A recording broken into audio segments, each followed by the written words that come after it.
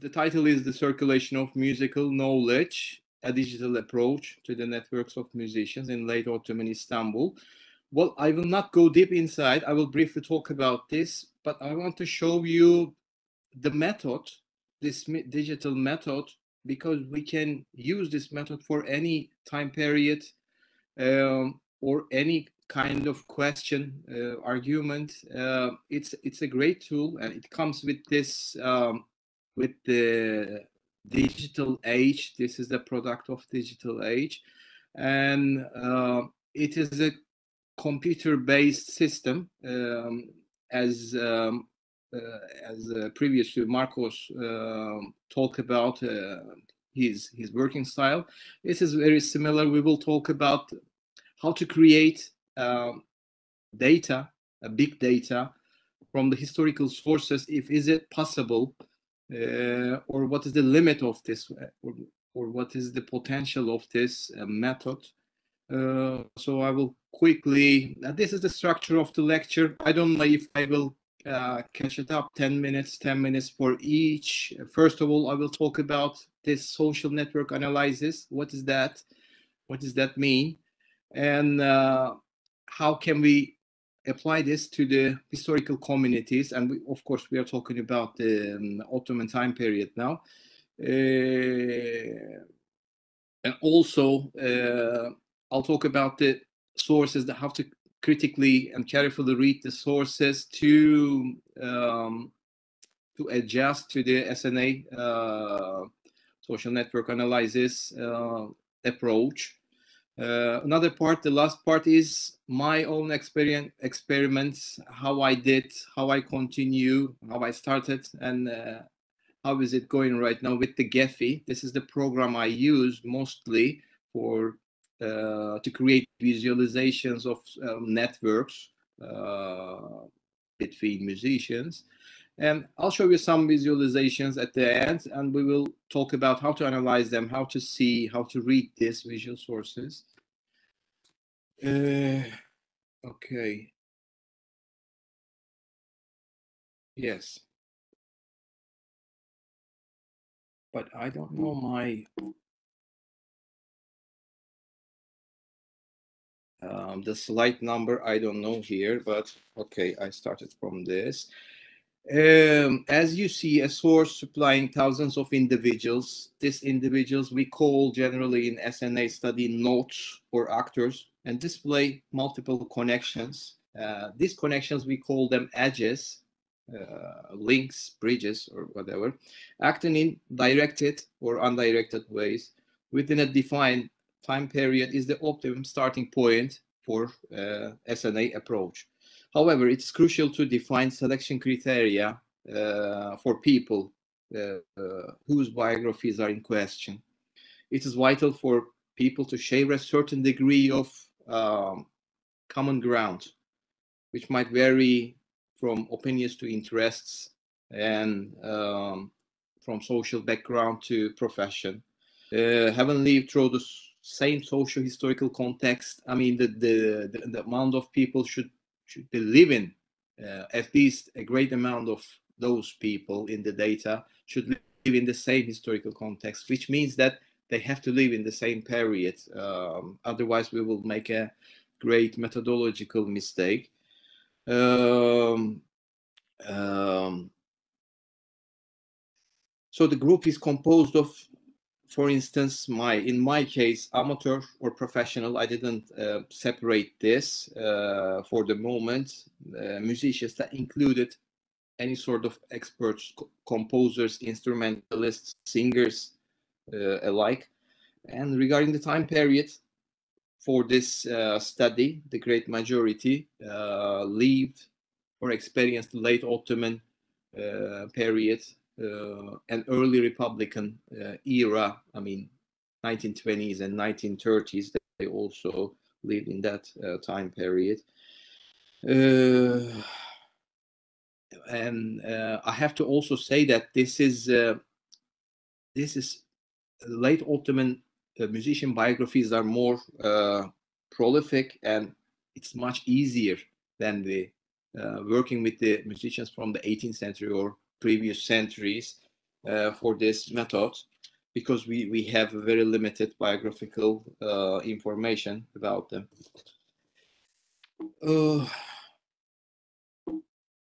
I don't know how to. Yes, this is a one quotation from the book of Ergun, Saadettin Nusret Ergun's Antolojisi. This is Emin Efendi, as we all know, Neyzen Emin Efendi, Neyzen Emin Yazıcı. And this is how he educated himself musically, how he cultivated. There are many actors, as you see, for instance, Haşim Efendi, Kudümzen Raif Dede of Galata Mevlevi Lodge, and the Sheikh of Üsküdar, Ahmet Celalettin Dede. They taught him Mevlevi rites. Kopçuzade Ahmet Efendi, the Zakirbaşı of Kadiri Lodge at Tophane, trained him on Miraciye. This is a wonderful piece of which some of them are lost from the religious repertoire. And after his demise, he continued to study with his brother Hopçuzade Rıza Efendi. Then Bolahenk Nuri Bey, another actor, important actor from the early 19th century, taught him two Mevlevi rites composed by himself, Husilik and Karciğar makams. And also Rauf Yekta Bey helped him to be familiar with Hamparsun notation and some theoretical issues, while Şevket Gavsi trained him on the Western notation. And Sheikh Cemalettin Efendi further enriched his repertoire for the religious forms. As you see, a lot of people, some of them are teachers, some of them are musician friends, but they are all in constant interaction with each other. And it's highly probable to come across many passages similar to the one that I share with you. On the one hand, it indicates how immensely deep and diversified the Ottoman music culture was. On the other hand, it shows how comprehensive one had to be musically. Well, I have to say that Emin Efendi, first of all, is a Neyzen, but all this information he collects around him is related, not related with the instrument particularly. I mean, he has also hojas for the instrument of ney. In other words, it's about the social milieu or environment of musicians in the city. A multitude of names that were behind the musical cultivation of Emin Efendi wasn't unique to him, and it's likely that it's not the completed list of people that contributed to his musical improvement. And reading musician biographies one after another, one accumulates thousands of names that interacted with each other directly or indirectly. This directly and indirectly, I have to explain it. I think directly is he is in direct touch. Indirectly, he's learning or accumulating knowledge from his student. I mean, this is an indirect, not directly and personally know each other, but from his student or students, he's learning. So this is how we call it indirect. So the number of people increases, it becomes harder to assess the relative importance of such connections among musicians. I mean, when you read these sort of books, like collective biographical books of Saadettin Nusret Ergun or Ibnül Emin, there will be thousands of names. So it is really difficult to see and read and follow who taught whom and who are the real influential actors or the hubs of this musical knowledge.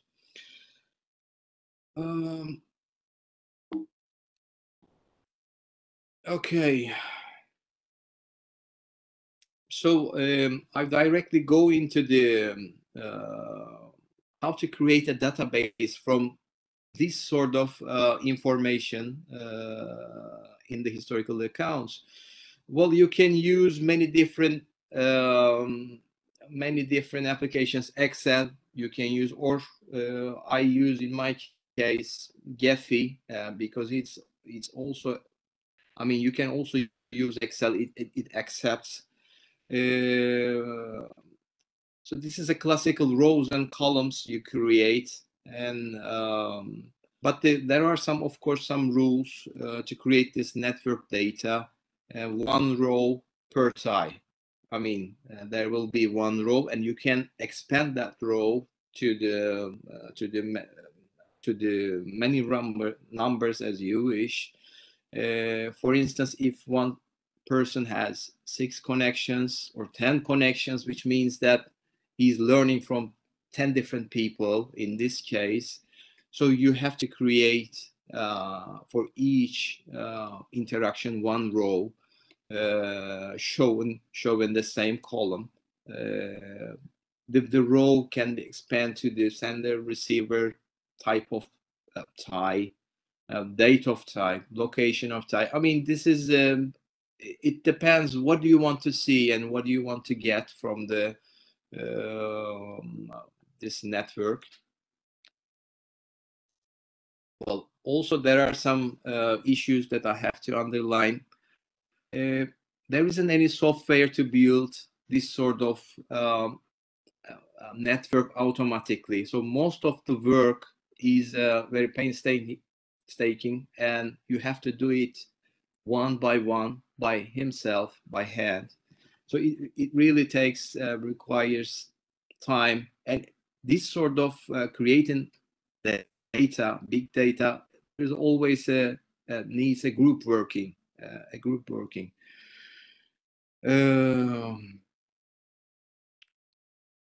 Another thing is what is a network? I mean, what is a tie? You have to also specify this this argument or your question before you create your data, because once you create your data, it is really difficult to change it to another question. I mean, you have to be specific about your research questions before starting to gather data and organize it.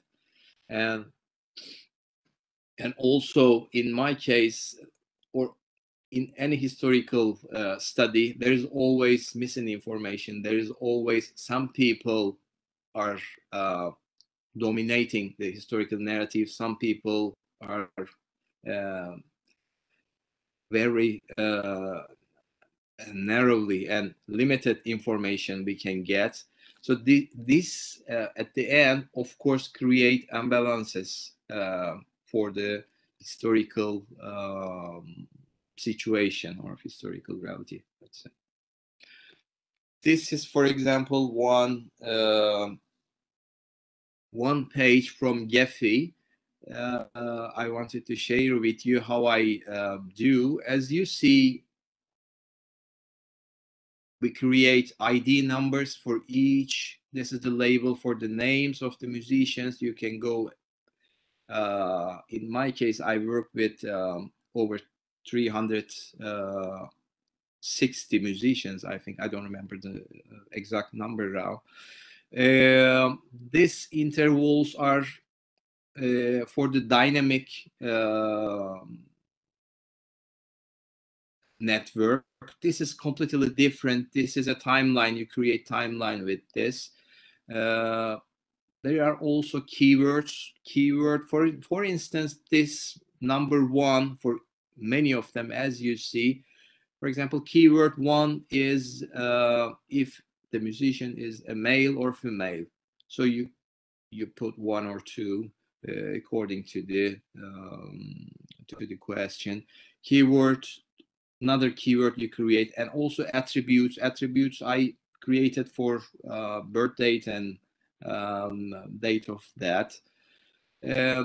For example, another attribute 3 attribute for the instrument, if he plays instrument or not. For example, another attribute is if he is a professional or not, or both in those cases. And also, these are the algorithms which I will briefly show you in the next pages: in degree, out degree, and degree centrality, measurements, eigenvector, and between this, I will talk about these three measurements, what kind of particularly information we can get from this. This is another page. This is showing the interaction. I mean, the source, from source to target. These are the ID numbers. You have to create them also one by one by yourself. There is no automatic version, maybe, or at least I don't know if there is. This is one example of network. Of course, there are names. I will show you in the next pages. This is, as you see, 368 musicians connected to each other by 495 edges. Of course, some circles are bigger than others. That means that they connect more than other people. But this is not only about whatever, if the circle is bigger or not. This is also seeing different clusters. There are different clusters, and how these clusters, how those group of musicians interact with each other, because some clusters are really in interaction, some are isolated. There is also another alternative readings of those visual layouts.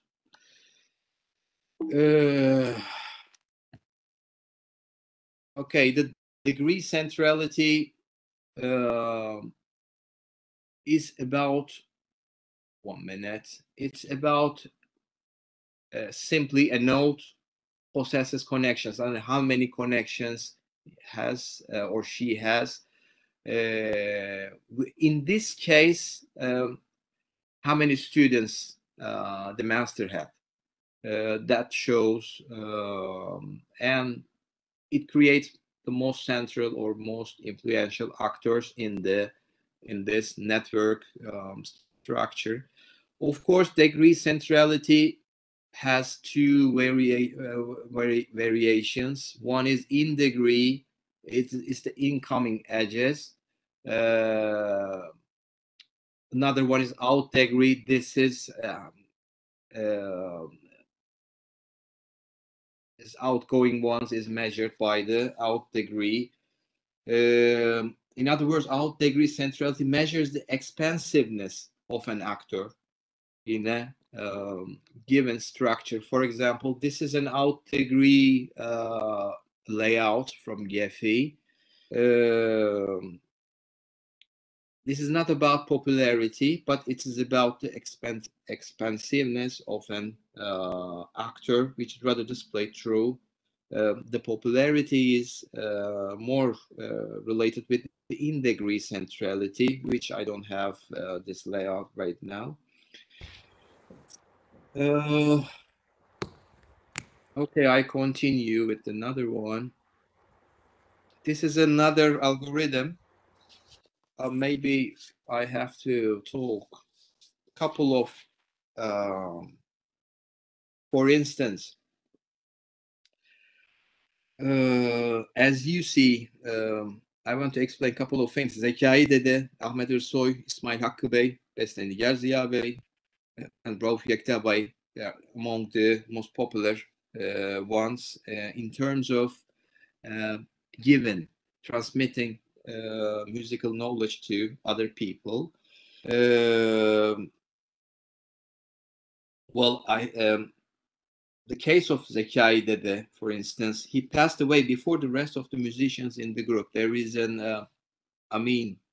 Zekai Dede dies in 1897 or 98. It is important because after the beginning of the 20th century, and especially after the second constitutional era, there is a phenomenon of music schools. The music schools are opening as a new space of teaching or disseminating the musical knowledge. So even though he misses this shift in music world, he's still very influential. And of course, he continues his style through his son, Ahmet Ersoy. Ahmet Ersoy, he also continues his father's work in Darüşşafaka. His father, Zeki Dede, was teaching music there. He takes that position over 40 years. And also in 1940, and then there's Darül Bedaiye, the first state-run art school.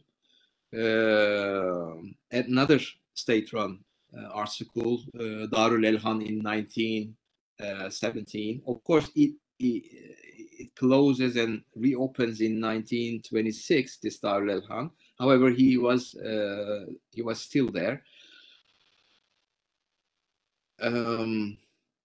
İsmail Hakkı Bey, for instance, another influential actor.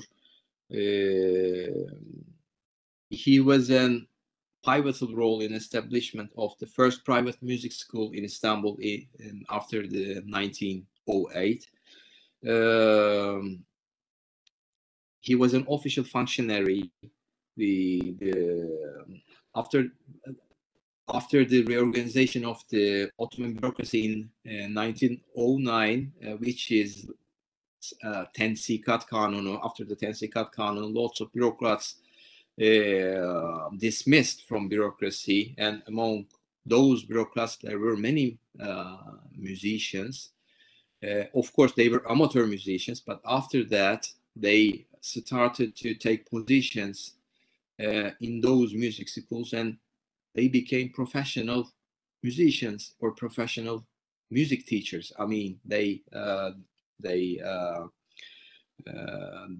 their living out of music.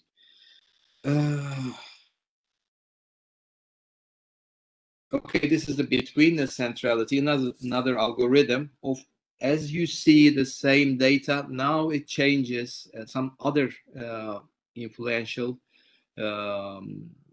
people coming to the forefront. What is betweenness centrality? It visits all nodes in this algorithm in a network and assigns a value to each node according to the shortest path algorithm. Of course, this shortest path algorithm is very difficult to. I'm still dealing with this shortest path algorithm for a year. It's very complicated. However, that program makes it easier for us. The nodes that are more frequently found on those shortest paths will come forward with a high degree of betweenness centrality.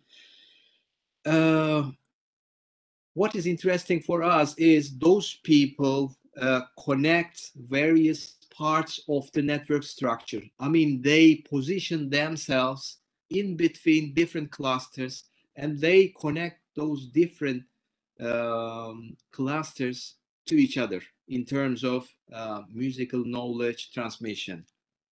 Okay, so their position is very strategically important in a network structure. For instance, Hüseyin Fahrettin Dede seemed to never engage with music schools, or he never became a performer or a teacher in terms of profession.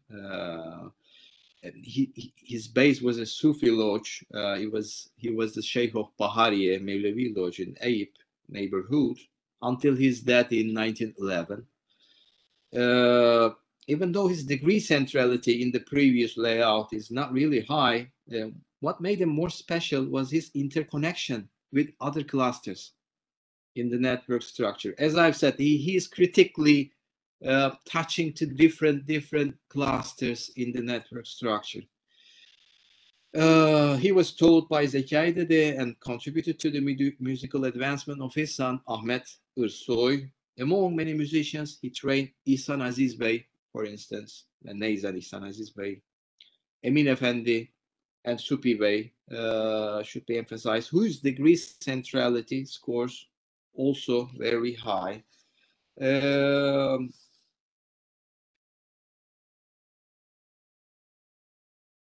Another one, I'm just briefly touching, just to give you an idea, eigenvector centrality, another algorithm for the same data set, but now we have different picture, general picture. What is eigenvector centrality is,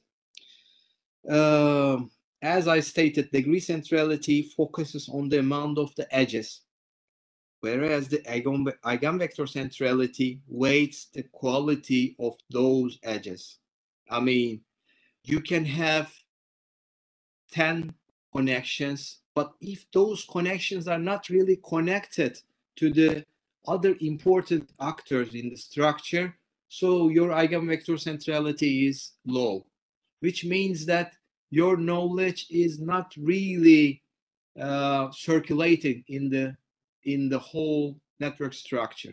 Okay, so the quality of your connections is important for the eigenvector centrality.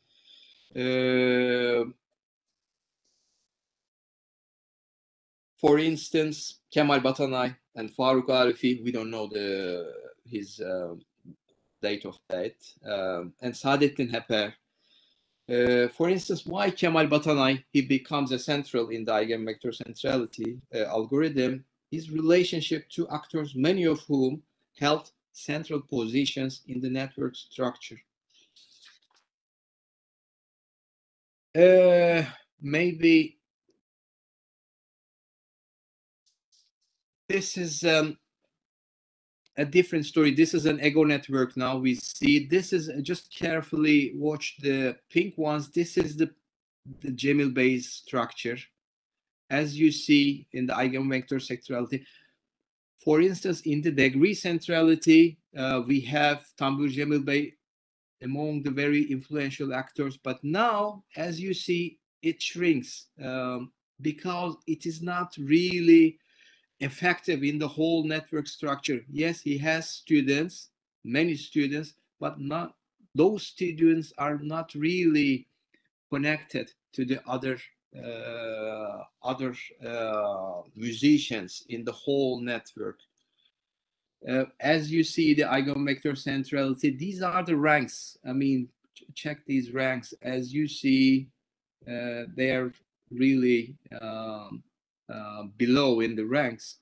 So this is what make, from the perspective of eigenvector measurement, Cemil Bey is not really influential as we think today in the modern scholarship.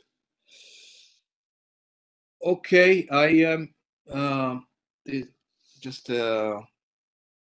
concluding remarks. The algorithm-based approach introduced a model to convert those innumerable past connections into an intelligible form, and hence to make dynamic network structures researchable.